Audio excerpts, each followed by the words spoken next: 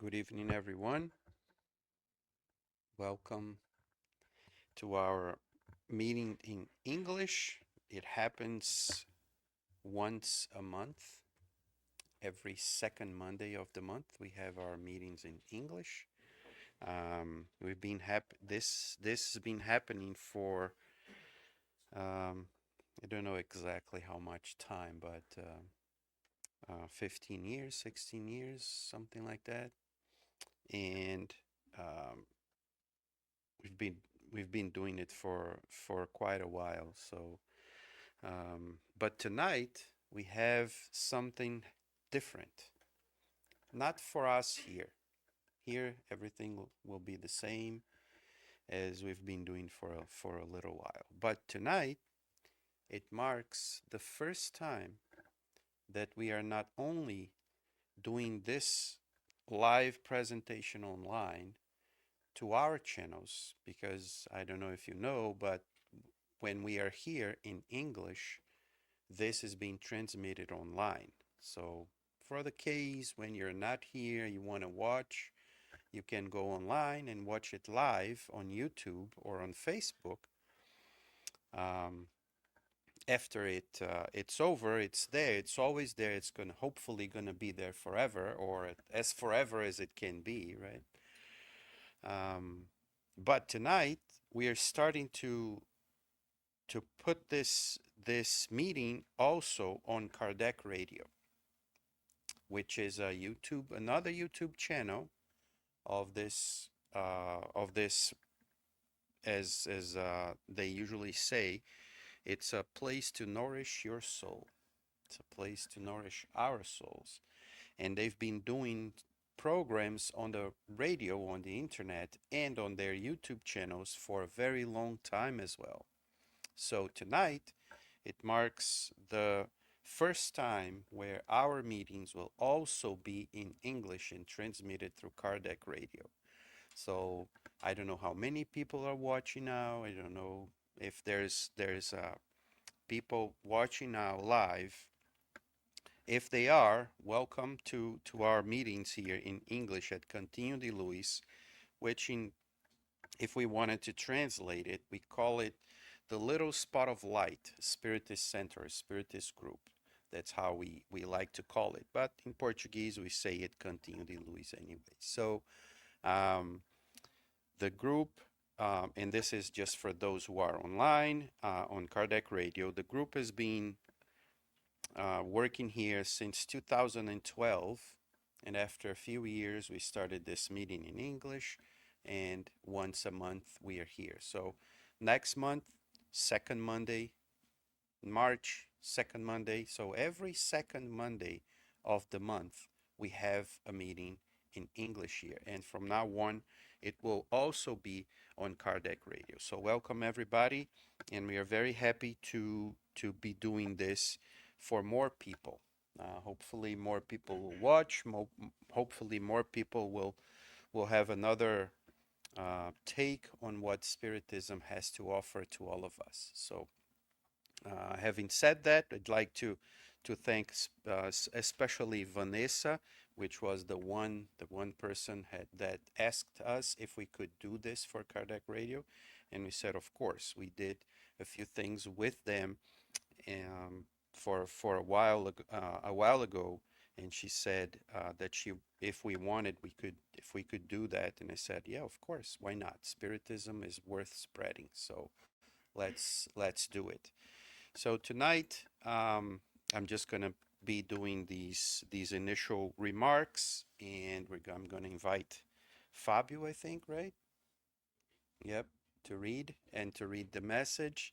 And then Hendrick is going to be here talking to us as well our about the gospel according to Spiritism. So let's do our prayer, and then Fabio will come. Do you want to come do the prayer too, or can I do it?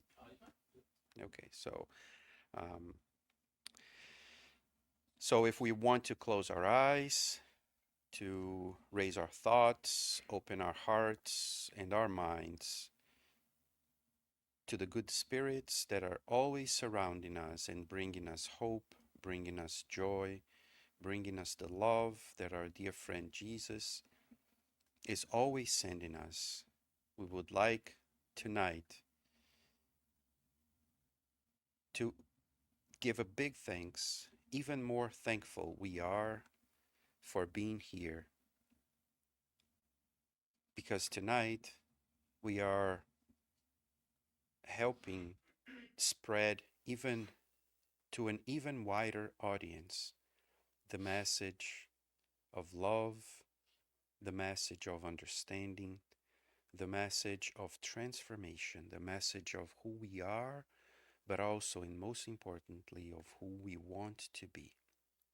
And we would like to ask our dear friend Jesus to help us understand the gospel, the good news that comes to our hearts, that comes to our minds, so that we can, by looking at him, by looking at his example, also become an example of love and of goodness and of kindness in the world.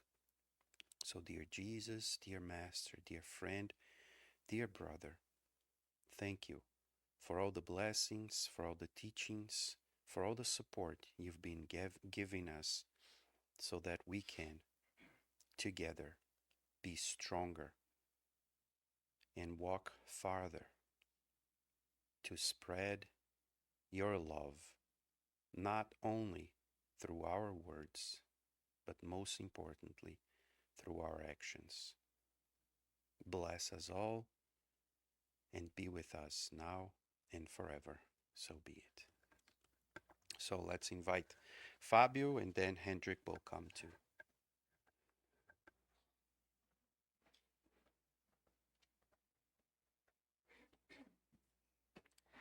All right, good night, everybody. It's good to see everybody here on a Monday night. So the book we're going to be using today for our reading is The Way, the Truth, and the Life by Emmanuel and Chic Xavier. Chapter 2 is entitled Follow Me. So this is Jesus speaking to Peter in regards to John. So Jesus said to him, "If I want him to remain until I return, what is that to you? Follow me." That was registered in John chapter 21, verse 22. In communities of Christian toil, we often see co-workers who are highly concerned with the task given to other brothers and sisters of the struggle. However, we must ask ourselves how much better the world would be if everyone were completely and honestly concerned only with what was theirs to do in the common endeavor. Has one of our friends been called to fill a role that is different than ours? Let us comfort him or her with genuine understanding. Sometimes it may seem like one of them has changed somehow. Coworkers may fault him or her because of it. Some of them regard him or her as being a bearer of dangerous temptations. They jump to conclusions and rush to pass judgment. But who can really know the true cause behind it? Are we in such a lofty position that we can analyze the situation from every angle? What seems to be a familiar or desertion may actually entail a new resolution from Jesus concerning the redemption of this friend who now seems so distant. The Good Shepherd is always watching over us. He has promised that not one of us, of the sheep that were entrusted to him by the Father, will be lost. In light of this, let us do our utmost to attend to the duties that have been given to us. Each of us needs to mind the obligations that are ours alone. According to the standard of understanding and attitude, there will always be a lot of worthwhile work to be done. Thus, if to your mortal eyes a brother or sister seems to have gone astray, remember Jesus' words to the fishermen from Capernaum. What is that to you? Follow me. So I think this teaching, this gospel, this commentary from Emmanuel is very interesting because as Christians, our sole job is to follow the maxims of Christ, of the doctrine of humility, charity, benevolence, work. And when we take our time, a lot of the times to judge someone else's work or be envious, why is that person in said position? Or I think I can do this better than them. There's two issues with that. One, when we pass this judgment or we feel envious, we're not helping them. We say, oh, it's constructive criticism. No, there's a difference between criticism and judgment. Constructive criticism is always very good. Judgment is not, because it's a very low attitude. It doesn't lead to any growth. And that's the first issue. The second issue is we're not actually using the time to do our own work and to put in our own practices, right? It's very easy to criticize or to want, but I believe I think it was Gandhi who said, if you want to see a change in the world, then go out and do it yourself, right? And as spiritists, we have this knowledge, but as humans, it's a lot easier to fall into bad habits, right? So I think the important part of this message that I grasped, at least, is that I'm going to actually reread. I always love to reread certain parts of it that grasp my attention. So it says here, but who can really know the true cause behind it? Are we in such a lofty position that we can analyze the situation from every angle? It's not in our place to judge or to pass judgment on someone else, because we're not God, we're not Christ, we're not evolved beings just yet. We're still on the road to get there. So we can't see exactly how everything is playing out from every angle. We can only give our best and do our best. And when I say we, I mean myself as well included. So the message that I grasp from this week's reading really is that our job as spiritists, as Christians, is to pray, to work, to meditate, to analyze, how can I do my job? How can I do my part to benefit someone or a certain situation, right? As opposed to, in a sense, not utilizing our time in the most productive way, right? So may Jesus, hopefully I was able to be clear with my understanding of the reading. So may Jesus always bless us, help us, be in our hearts, in our minds, that we may pertain to the true work of Spiritism and of Christianity, and continue to evolve ourselves. So without any further commentary, I'd like to invite Hendrick up for our lecture tonight. Thank you so much.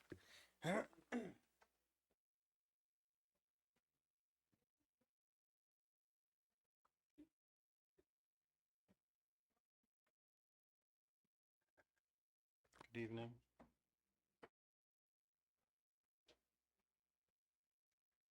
Um, wow, I happy to see everybody here. Thank you for coming tonight. Want to turn on the TV when we have a chance. I'm gonna try not to make this a lecture, but it's I'm hoping that the time that we spend here tonight, we can incite some thinking, some reflections for all of us. If there's anything in the slides or anything that I say when I say you, you got to do this, you have to say this, or don't ever take that as me telling you anything. It means you, just like Fabio said, it's we. It's actually, it starts in we starts with myself. It starts with the person speaking. So, the topic of the night follows our study of the chapter 16 of the Gospel according to Spiritism, and it's entitled True Property, or depending on the translation, True Ownership. And it's in under instructions from the spirits. If for those who are not, who may or may not be super familiar with the Gospel according to Spiritism, at the end of every chapter there are messages that were given specifically to the mediums, and to be transmitted as messages, not compiled into knowledge as the rest of the book is. So these are usually written from a specific spirit, and there are two passages or two messages that were delivered to mediums working on the Gospel according to Spiritism with Kardec at different times.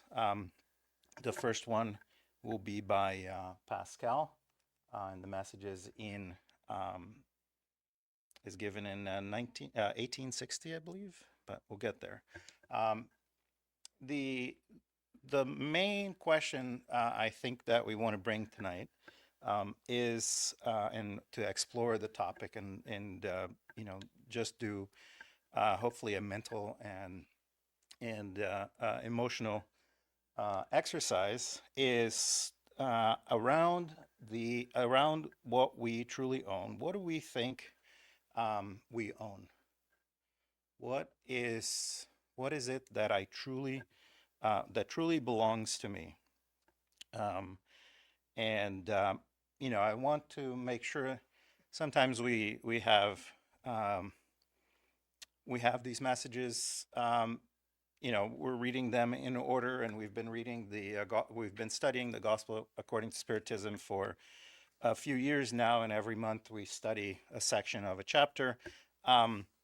Sometimes it might not be directly related to something that's going on in our lives, but I wanted to make sure today that we talked about or that we think about this topic in relation to where we are, and what's going on to us and to our communities and to the world today. So, the question is very simple. What do we truly own, right? But it's very profound, right? And before we really dig in too deep, I want to make sure we acknowledge that, our communities, we are mostly all in this in this place locally here, and probably those listening to the streaming or watching the video later on. I believe that most of us are immigrants or migrants. We've moved around from one place to another, and the times that we're facing these days, I think a number of us have seen neighbors, or we know of people, or we know of friends who have gone through really tremendous difficulties. Some having been moved from their homes and being sent back to their countries. We've seen some of our neighbors leave because of all the uncertainty, right? Some people are not sure what to do. Some of us are not really, as we see the news evolving, really going through an emotional roller coaster. I'm sure we're all going through that. And, I wanted to make sure that we acknowledge that and try to treat this topic with that in mind, and to think of the travels that we've made in our lives, in our material lives, as migrants or as immigrants, and how that relates to the grander or the bigger travel, or the bigger life that we all belong to, the spiritual life. So before we start, I wanted to move to start with words of Jesus himself. I think the clicker will click at some point. There we go.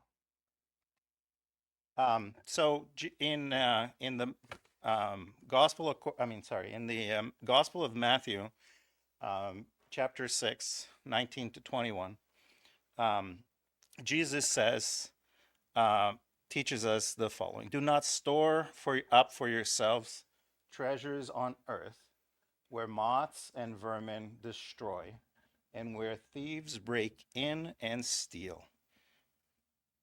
But store up for yourselves treasures in heaven, where neither moth nor rust destroys, and where thieves do not break in and steal. For where your treasure is, there your heart will be also. So let's think about these words for a moment, right? Jesus is describing to us two different types of treasure.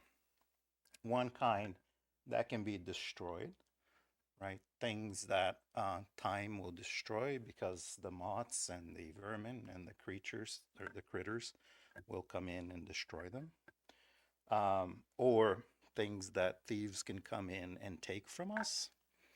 But, and that in itself is not abstract, right? I imagine most of us have gone through the loss of something small. I imagine all of us have gone through the loss of something big to us.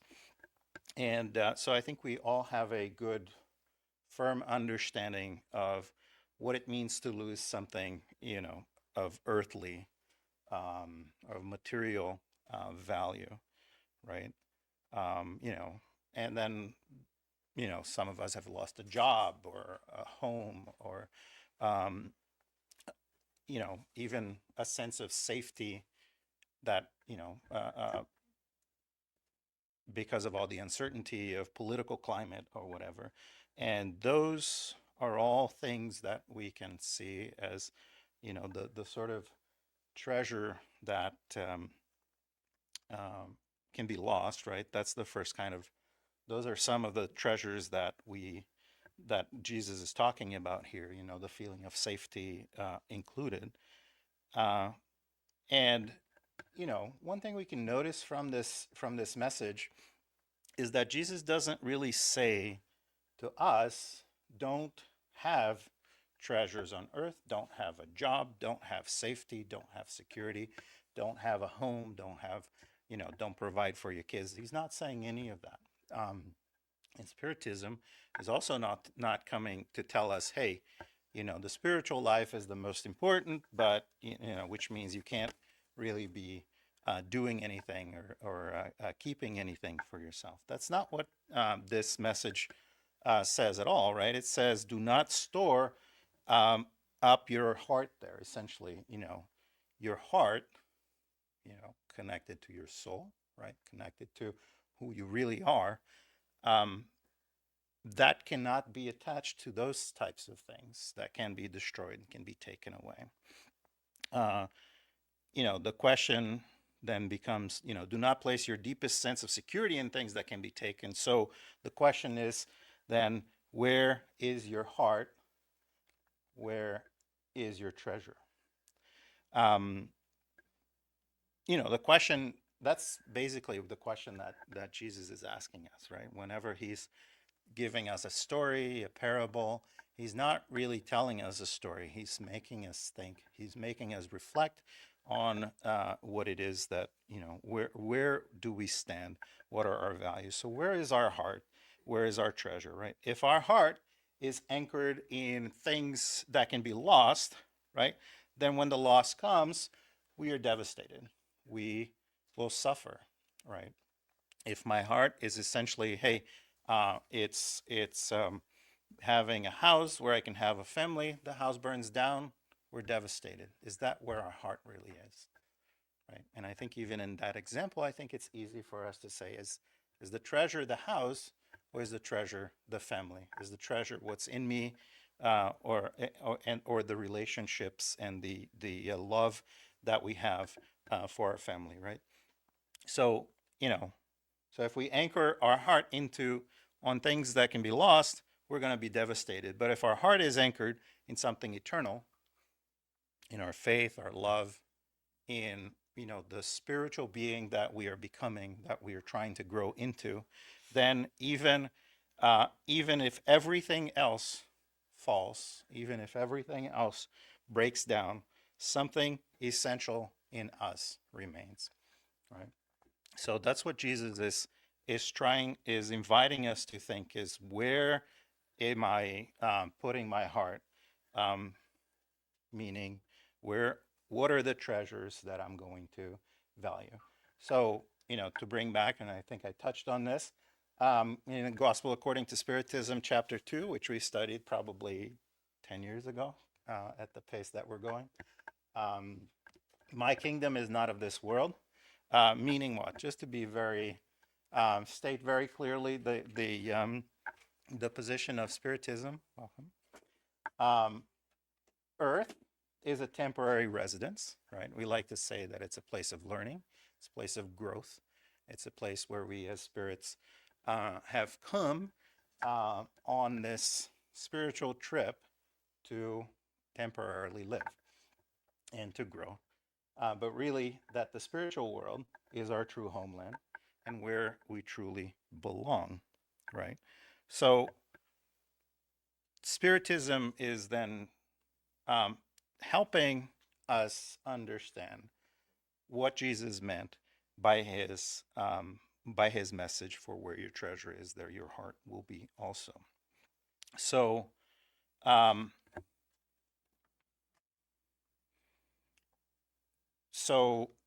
just before we get to here, so many of us, I guess most of us, understand what it means to leave a homeland. Most of us have left a place where we started, where we were born. And, I think most of us know and understand the feeling of getting one bag or maybe a couple of bags and putting everything that we're going to take into that bag and going into the big unknown. Lots of hope, but lots of uncertainty, right? It's obviously, we know what it means to say goodbye to places and people you love. And really, we know, or we knew, and we know the feeling of going somewhere, thinking that you're going to be there permanently, right? But not really knowing for sure. And, not having certainty of where you're going to be. But, so we all know what it means to be a traveler, to go from one place to another. What really Spiritism tells us is that this is the spiritual reality for all of us, right? Where we have all traveled. We often think of life when we talk in spiritist conversations. We often think of this life as of the spiritual life as if I'm like when my life ends, when I finally comes to time that we die, that we travel to the spiritual world. But really, it's not a travel that way. It's more like the return trip, right? We have come in this direction. So, really our travel started when we came from the spiritual world to here, instead of the other way around, where we go from earth back to the spiritual world, right? So it's important for us to keep that in mind, as that will base our understanding of our true property, of true ownership, right? So when we're thinking about this in life, and we've talked about loss, and we've talked about the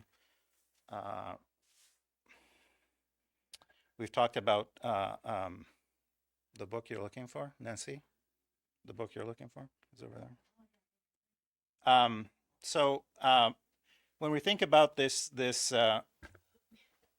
trip, and what happens in life, and all the uncertainty, etc., we don't really want to dismiss the pain by saying, hey, this life doesn't really matter. The life in the spiritual world is what matters. Like you've just lost your job, or you've just lost something important to you. You've just lost a person, a family member. But the spiritual world is what matters. So you can't really be suffering for that. That is not really the message, right? We can't say to those of us in an immigrant community who are going through what we're going through to say, hey, no, it doesn't really matter. What matters is the spiritual world. Really, just don't just the uncertainty that you have that you're going through here um, is not something you can give into. You know, I think a lot of us read the message and we want to think that the message is telling us that, hey, you just have to pick yourself up and not suffer. And really, that is not the invitation necessarily, right? Suffering and suffering with uncertainty, suffering with loss. That's just a human.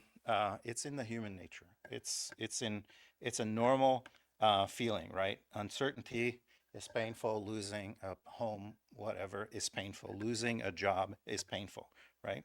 We're not really being asked by Jesus or by Spiritism to really pretend that it's not painful.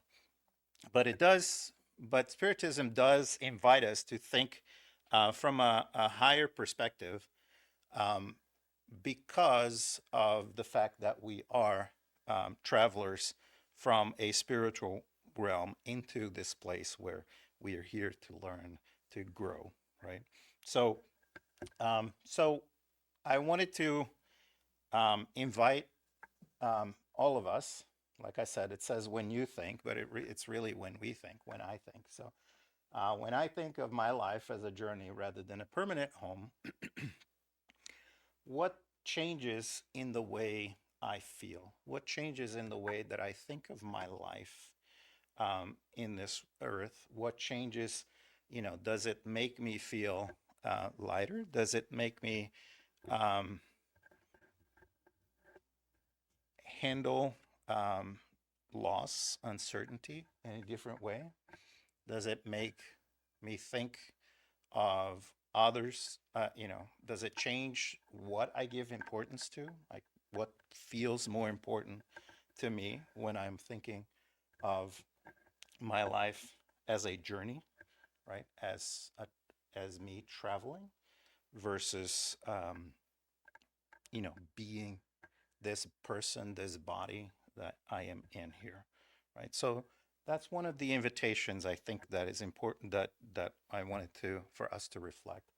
You know, what changes? What feels lighter, right? And these are not really questions for you all to answer, um, but I wanted to bring that up.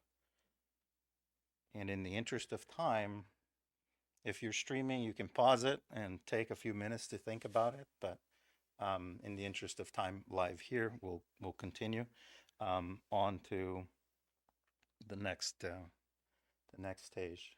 Um, Hopefully, you will all, as I will, continue to reflect on this past this conversation. But let's keep moving.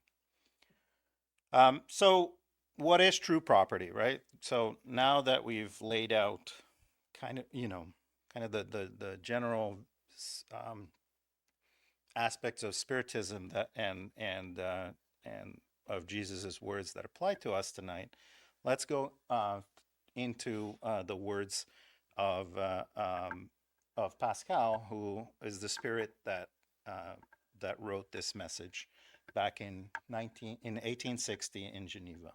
Right, he starts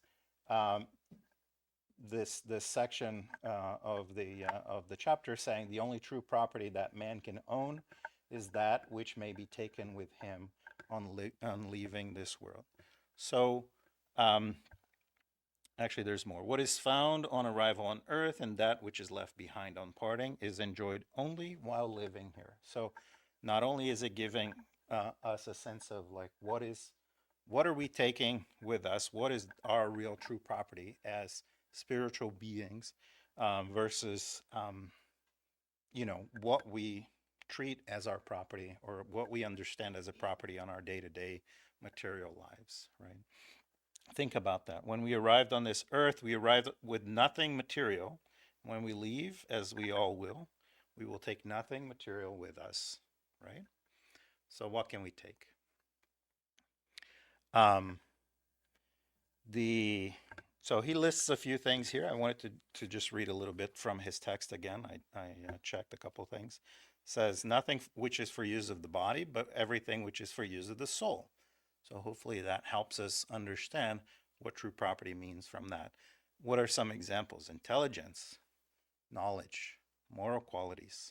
That is what man brings, and what the spiritual being brings and takes with them, which no one can take away, and which will be far more used in the next world than in the present one. And in his message, he says it is up to him, or is it up? It is up to the spirit to be richer on departure than he was on arrival. Oops, did I pass it along? Yeah. Which is really our goal, right? So if we think of, so what did he list? He says intelligence, moral qualities, knowledge, right? Those are all growth. Those are all the sorts of things that we came to get and to learn and grow on earth. And so when we go back, if we have more of that, that means we will be richer than when we arrived, right? So if I've learned more in this life, that means when I go back, I will be richer. And that's the invitation that he has for us, is to be richer, right? So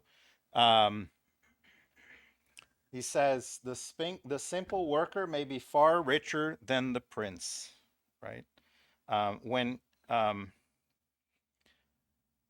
you go back now, right, in your trip back to the spiritual world, you will be judged by the riches that you're bringing, and the riches that you're bringing are going to be the sorts of riches that are valid out there. So, which means the simple worker may be richer than the prince.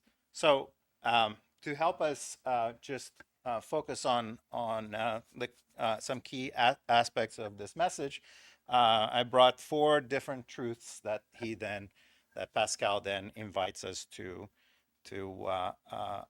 reminds us, about true property. So true property is what we take, as I said before: intelligence, knowledge, moral qualities. These travel with us in the spiritual lives, right? So the wisdom that we gain through experience, all of the relationships that we've built, I think that's not there, but people that we have known, and we've created connections with spirits that have come across our lives. Those relationships and those moral qualities, etc., are what we're going to take with us. Here's another important aspect of this: earthly goods belong to God. Right. This is actually from a little bit from the next message as well, which we'll get to. But we are stewards. What does that mean? We are stewards. It's like we are managers of the things that God has given us on earth, right? There's a word that's common in Portuguese. It's not very common to hear in English, but usufructuaries, right? That is what we are. We are in relationship to everything that we own, or that material stuff that is part of our life today, is that we don't own anything that we have in this world. And regardless of whether we got it through our work, or whether we got it through inheritance, or through luck, right, or whichever means, we are not owners of those things. What the teaching is coming to tell us is that we are stewards. We are managing what was given to us. And just like Jesus said in the passage that I read earlier today, if God so wants to have thieves come over and take it from us, or whether a natural disaster happens, it's going to happen, right? So nothing that we think we own in this world really belongs to us. We are just taking care of it. And that's a key piece of information as we come down later to the message by a protecting spirit. We'll get there. Number three, truth number three is virtue is the currency, right? So the spiritual world will receive us, will welcome us based on the currency that we are bringing with us, and based on the virtues that we are bringing with us. So, um, you know, the spirit world receives us according to our virtues. It says so in the text.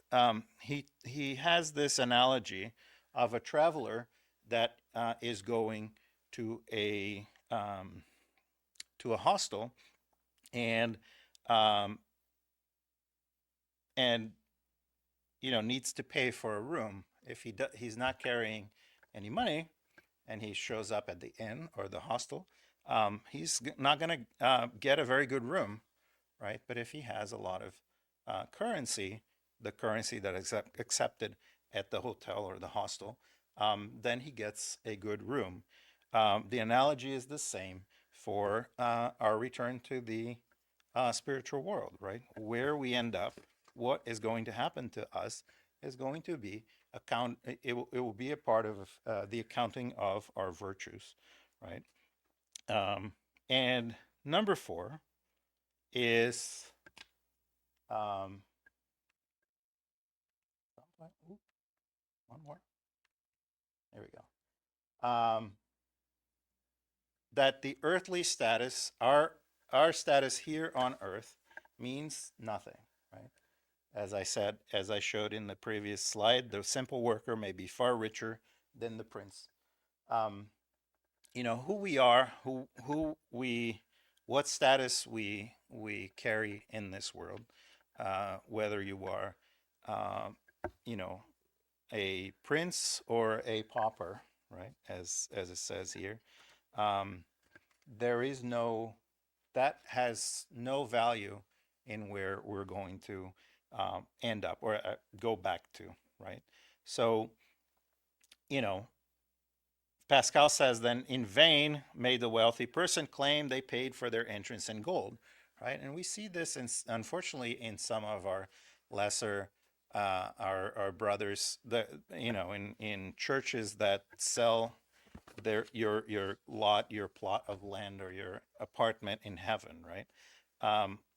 There are definitely lots of faith based institutions that will take your money because telling you that your money is buying you a place in heaven, right? But really, as Pascal comes to tell us, no one may buy a place here. It must be conquered by each person by means of doing good to others, right? By means of their virtues. And so, some of us have lost a lot, and some of us have lost jobs, etc. The reality is none of that which was lost was ours to begin with, because God would not let us lose something that does belong to us.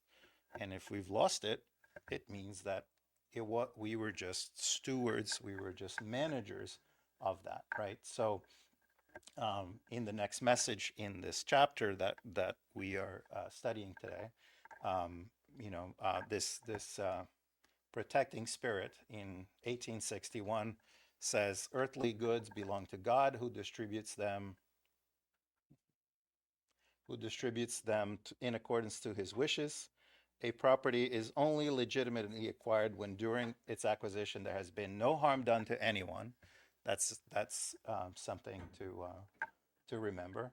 And then it says, if, however, the property be used exclusively for the satisfaction of pride and senses, or if they become the cause of failures, then it would have been better not to have received them, seeing that what is gained on the one hand is lost on the other, so annulling all the merit for the work.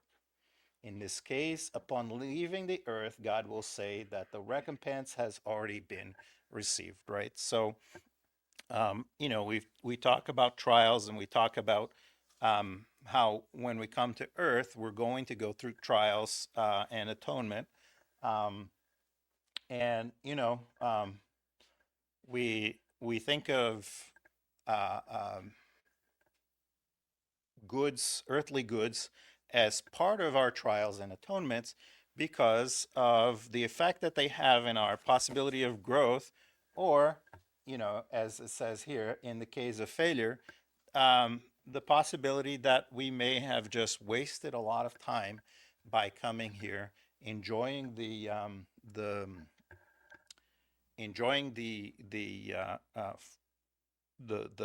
earthly goods, right? To keep using the same words, um, and not returning and returning without um, having done anything with them, right? And so if we've already taken everything from it and we essentially used it for satisfaction of our pride and our senses, that means then that there's not a lot that we are going to get back from how we treated those things in this earth. So, um, you know, so earthly goods are those which can be taken away. What is really then true property, right? And there are some more examples that we can talk about, right? Our our courage, right? Our faith, our love, what we do for others, what we do for our community, the way we treat um, our family, the way we treat those around us, right? Our perseverance, our intelligence, our kindness, those all belong to us. Um, nobody, um, nobody can take away our our character. Right? We build our character. We build our our virtues. Nobody can deport our virtues. Right? Nobody can steal it from us. Um, so just trying to see if we can go to the next one. Oh, here we go. Oops. Sorry. Gosh. Here. Um, let us be honest here. Then, knowing that earthly goods are not really our goal, right? Amounting treasures and gold, that's not our real goal. And knowing that the spiritual life is where we belong, that's really not enough for us to uh, to think that pain is not going to be. I mean, that loss is not going to be painful, right? Understanding that we are just traveling into this world is not really helping us. It doesn't really help us not suffer, right? So I wanted to bring this part here from the item 18 from chapter 5 of the Gospel According to Spiritism, where um, it's entitled "Blessed are the Afflicted." And it says, "You have heard it said many times that he does not put a heavy burden on weak shoulders. The burden is always in proportion to the strength, just as the recompense depends on the degree of resignation and courage." So, we've been talking about uncertainty, we've been talking about loss, um, and how we deal with loss, how we deal with our afflictions is really critically important to the way that we will also, arrive in the next in return to the spiritual life, right? Um, the burden is always in proportion to the strength. We don't mean to say that um, we all have to suffer, and suffering is a part of life, and so just put your head down and suffer. That's not what we're saying. But it is important to have faith in God, have faith that as part of our learning, as part of our trip to come here to the earth and learn and grow, we will be given trials, and we will be given opportunities for atonement, which will be painful, which will be often difficult, and they may be seen as something that is more than I can handle, more than you can handle, more than any of us can handle. The reality is, and I think that's the message here, both from Jesus, but really brought to light by Kardec, brought to light by the spirits, is that any burden that we go through is really proportional to our strength.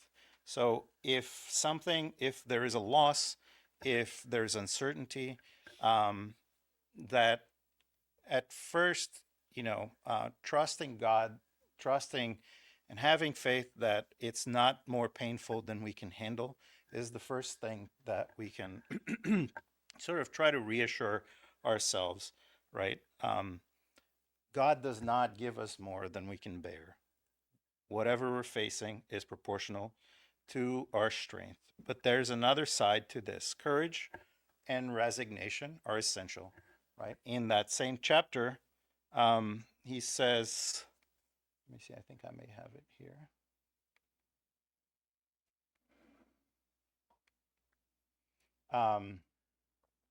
Actually, there's this question here. What's the purpose of trials of life? I think this was supposed to be in the before the previous one. Trials in our life to purify the spirit consists in the vicissitudes one must endure. The atonement is always the suffering that results. Trials are not punishment. They are opportunities for growth, right? So when we say that the earth is a place for trials and atonement, it's really an opportunity for growth. And, we talked about in the previous one. Now, hopelessness, the text actually says despondency. I wanted to bring a word that hopefully is easier for us to understand. Hopelessness, the loss of hope, giving up, is really a fault. And this is part of that same item in Gospel according to Spiritism. And the message says loss of hope, desperation, deep grievances is a fault, and God will refuse consolation to those who lack courage. So it may make us feel like we're apologizing for suffering, that maybe Spiritism or even Jesus is apologizing for suffering, or making an apology, right? Which is not really the case, right? It's just telling us that we cannot control what happens to us, but we can control how we respond, right? We can't control how a government is going to treat us, whether that government is fair, unfair, whether we're going through, questions of legality or illegality. We really can't control it, right? But we can control how we respond. And I think that's what that message brings us, right? It's courage in the face of adversity is very difficult. But that's part of our growth. It's part of the reason why we have come to this world, which is to learn. So we're not really talking about like trying to find blame or anything. It's more about trying to learn how we let those circumstances, or how we let the loss, or how we let the uncertainties shape us, right? Loss is real. Fear is real. Grief is real. We all feel these things. It's normal. It's human, right? But then we ask ourselves, what am I building through this loss? What am I building through this fear? Who am I becoming? Which is really the main question in why are we here on this earth, right? How am I growing? there are two paths to think when we face adversity. One is to be hopeless, is to give in to despair, is closing our heart and hardening our heart against the world. The other is to deepen our faith, to be stronger in our compassion, um, and to apply what we learn to others. Right? It's often that we can see that despite my loss, my neighbor may be their loss may be worse. Right? If I can help, uh, because I've known what it feels like to lose, I can also be compassionate. I can also become the kind of person who can comfort those around me because I have been comforted by others in the past. Um, you know, taking the opportunity uh, and learning from what happens to us, learning from the difficulty, and then passing that along and moving it forward so that I become more compassionate, I become more helpful to others. That's avenue number two, and that's the avenue that Spiritism and the true Christian message wants from us, right? So I'm going to skip this one because we're kind of running out of time. Um, I wanted to um, bring us back to um, where we started, sort of with Matthew's or Jesus's message in Matthew 6:21. Where your treasure is, there your heart will be also. Um, so, I hope that tonight we've been reminded of a profound truth that we are travelers, right? What we own on this earth, what we have today, we are only usufructuaries. We are managers of what we own, managers of what we have. We are not owners of anything material. And, I hope that we've learned also that the question is not if we will face loss, if we will face uncertainty. It's quite possible that we will continue to face uncertainty for many months and for years to come, directly related to us and our situation as migrants to a different land. But you know, um, hopefully we can see that we are truly migrants to this earth, right? We do not belong here. We are here to learn.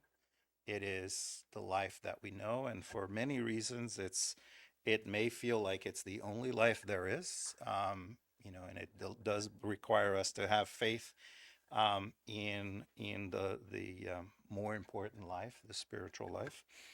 But you know, uh, hopefully, we've been able to see that we that our treasure is who we're growing up to be, who we're becoming. How much love am I giving away? How much of my time am I applying into growing myself morally, intellectually? How much am I continuing to learn to love? Um, and how much am I enriching myself, right? In going back, before I go back to the main um, life in the spiritual realm, right? What am I being, um, and what am I doing in this life? So I hope that I can leave this invitation to all of us to really think about. This is one where I made sure that it says I. So it's a question that you can ask yourselves and that we should all ask ourselves is what am I building in this life that I'm going to be able to take with me? How am I going to be richer when I leave than when I arrived? Let us leave this earth more rich. Let us live rich in all sorts of things that we probably are not right now.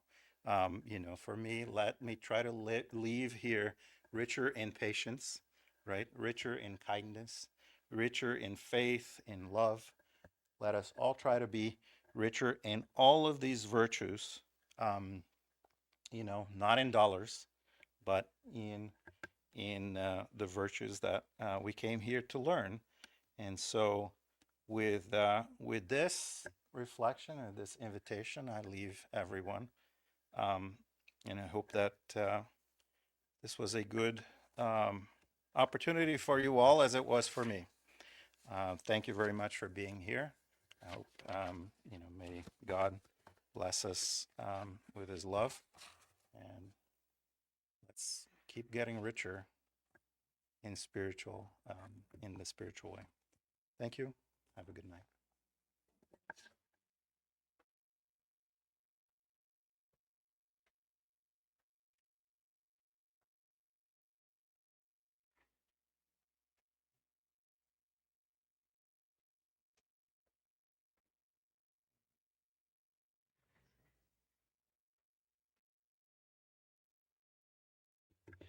There you go. I hope everybody is a little bit richer tonight than they were before we started.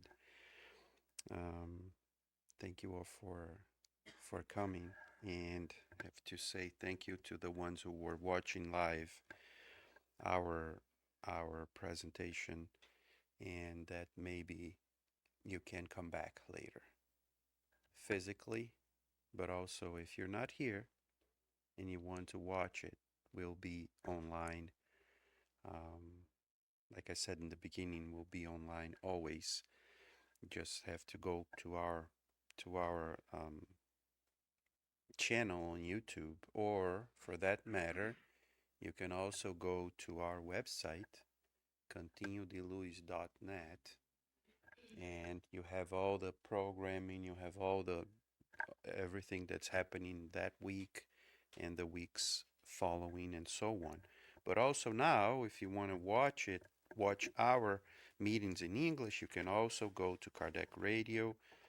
You can go to their YouTube channel, which is Kardec Radio on YouTube. You just search on YouTube, you'll find the channel, and they have tons of things to watch, to learn. They have audiobooks, they have lectures on books, they have um, oh, their programming is like 24 hours. We have so much material in English there. And why do we do this? I mean, we are here in the United States, right? And that's, um, although some people say that there's no official language in the United States, but uh, the official language is English. So we should all strive to learn a little bit more and more and more so that we feel comfortable while talking to other people. And why not also learn a little bit of Spiritism also in the English language? And that's one of the reasons why we do it here. So we know a little bit more of vocabulary. We know a little bit more about if we need to talk to someone about it, even if we don't know how to say it. Maybe we know who to look for, or say, hey, you can look for this book, or you can look for, right? So it's always good to have that, and hopefully we can have more people that only speak English, which I don't see anybody that only speaks English here. But it would be good to have more people that speak English so that they can also learn a little bit more. Next month, and I confirmed with her, for those who were here in December, we invited our dear friend Eric from the group in Fitchburg, Amalia Domingo Soler. They are a group of Hispanics. They are from, basically most of them are from Puerto Rico. So they do their Spiritist meetings in Portuguese or in Spanish and in English, sometimes at the same time. If some people can only understand English, they switch back and forth between Spanish and English, which is a very, very interesting thing. But most of them speak both languages anyways. So Eric came here last month to give a lecture to us about about prayer. and it was our last topic here. Then we have Hendrick, who uh, gave lots of lectures before, but was like in a sabbatical period. Let's call it that way. And he was not coming for a very long time due to work-related issues. But now, hopefully, he'll be back more often, maybe once or twice a year. And next month, we invited, and she agreed. She is her name is Maria Plummer, and she's also from the same group in Fitchburg, and she will come talk to us about love. So next month, Maria will be here to talk to us about love, and we will also be live on Kardec Radio as well. So our announcements for tonight are just to remind everyone of the God at Home or Gospel at Home. We take one day a week so that we can sit in our houses, get a book of messages, either the Gospel according to Spiritism or get a message book like the one that Fabio read here tonight, The Way, the Truth, and the Light, or Spring of Life, or Our Daily Bread, or the Gospel According to Spiritism. We sit, we do a prayer, and then we read, we discuss, we talk about it so that we can invite the good spirits to our house. And then that's an invitation for all of us. Once a week, 15 minutes, 20 minutes. It doesn't take too long for us to do it. Our meetings are Mondays and Saturdays at the same time at 7 p.m. Most of them are in Portuguese, but this one is in English.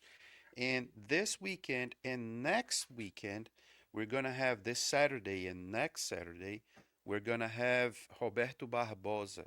Roberto Barbosa is a medium that he does healing, no touching healings.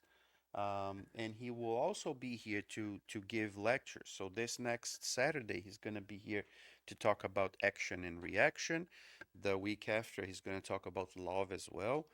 Um, but he will be here in the afternoons to, oh yeah, love disperses pain. And but he's going to be here from 2 to 5 in the afternoon this Saturday and next Saturday for two different types of spiritual surgeries. It's a non-touch spiritual surgery. You come, but I mean, I'm not going to explain everything here. We don't have enough time to do that. But if you're interested and if you want to know a little bit more after we're done, there's people that can talk. We can talk about it. We can explain a little bit here, and we still have places because we there's a limited number of people that can be here at the same time. So if you want to, if you're interested, just talk to us, Fabricio, or whoever is here. We can explain a little bit more about it. So it will be this next Saturday on the 17th and on the 24th. So if you want to know more, once again, just talk to us. And I guess for tonight, that's it. We'd like to thank everyone who were live, who were online, for the ones who are watching this later. Thank you for watching, and thank you for coming. Thank you for being here. And my next objective, my next goal is uh, that I'm not here. My next goal is that I am not here, that there's someone here. Because I've been doing this for just such a long time that I am tired of myself. I don't, you are probably even more tired of me than I, but I mean, our people. I love that Fabio was here. And read it and gave a talk. So it is good. It is refreshing that we have different people talking and spreading the word. And that's why I'm so happy that Kardec Radio is with us, because we have more people that gonna be able to watch it. They're gonna be able to see it, and maybe it will, get more people to be enthusiastic about it and be here and talk. It's I loved when I first got here, and let me just say this so we can finish. I loved when I got here in the United States, 2004. So it's been what, 20, 21 years, whatever it is. And and I started like listening to things. I would get like books, or I would get audiobooks, or I would listen to things on YouTube or whatever was available. And it doesn't matter if it was spiritist or not spiritist. I just wanted to get more used to the sound of the language, to know a little bit more, to get into the rhythm. Sometimes it's hard. I mean, we have two friends here that come from Portugal. I have a very interesting story. First time I was in a house, and there was a TV on, but I was not watching. I could not see the TV. I was only hearing. So the TV was on the other side, and I knew that I heard the sound. I heard people speaking, but couldn't I couldn't understand what they were saying. And then I was so bothered by that I stood, and I was with some friends. I stood and said, "Hey, give me a minute." And then I went to the living room, and I started seeing the TV. When I look at the TV, I understand everything that's written, because everything was written in Portuguese. But I couldn't understand what they were saying. They were speaking the same language as I'm speaking. But because of the rhythm, because of the pronunciation of the words, it's a little bit different. Our ears are not used to it. Learning a language has a lot to learn to do with getting the rhythm of the language. That's why some people say that they find that it's easy. Portuguese or Brazilian people find it easier for me to understand what I am saying, because maybe my rhythm is more Portuguese than English. Then it's easier for everybody that are not English speakers as a first language to understand me, because my rhythm is a little bit different than just a regular, English. But what I want to say is, going back to my story, is I would get a lot of stuff to hear. And then one day I said, I'm going to listen to the Dalai Lama. So I used to love to read his stuff in Portuguese, but I said, I want to hear him speaking, because he has a lot of stuff that he comes to the US and then he speaks English. That's how he does it. And then when I heard him for the first time, I said, why do people why don't people speak more English? Because they say, "Oh, I don't know how to speak English. I don't know what to say." I Go listen to how the Dalai Lama speaks. You're gonna see the accent. You're gonna see words that you never hear, because he's not an English speaker. He was not born here. He learned how to speak English, but he doesn't. In a certain way, he doesn't really care. He just speaks because he wants to get his message out. So it's the same with us, right? So we are here, we are living here. So I'm glad that we have more people, deciding to talk or joining us, and do more in English for this for us to spread Jesus's message, actually. So thank you for coming. Thank you for being here. Thank you for sticking with Cantinho and sticking to us.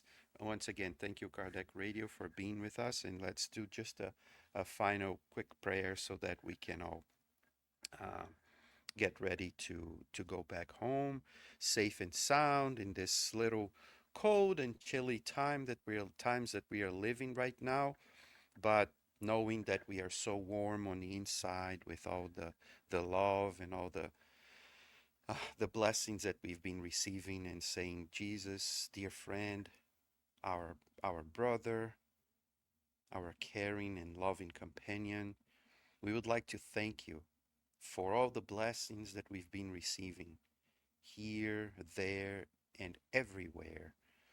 May we notice your blessings. May we notice that we need, as we heard tonight, to increase our properties, but our true properties, the amount of love that we have and that we share, the amount of courage that we have and that we share, the perseverance of being good, or doing the best that we can. Thank you for helping us. Thank you for sticking to us. Thank you for being on our sides, so that we can always be with you, spreading the word and spreading the good deeds of love, of kindness in this world. So be it. So I guess that's it. Thank you for coming. Are we done? We have to pass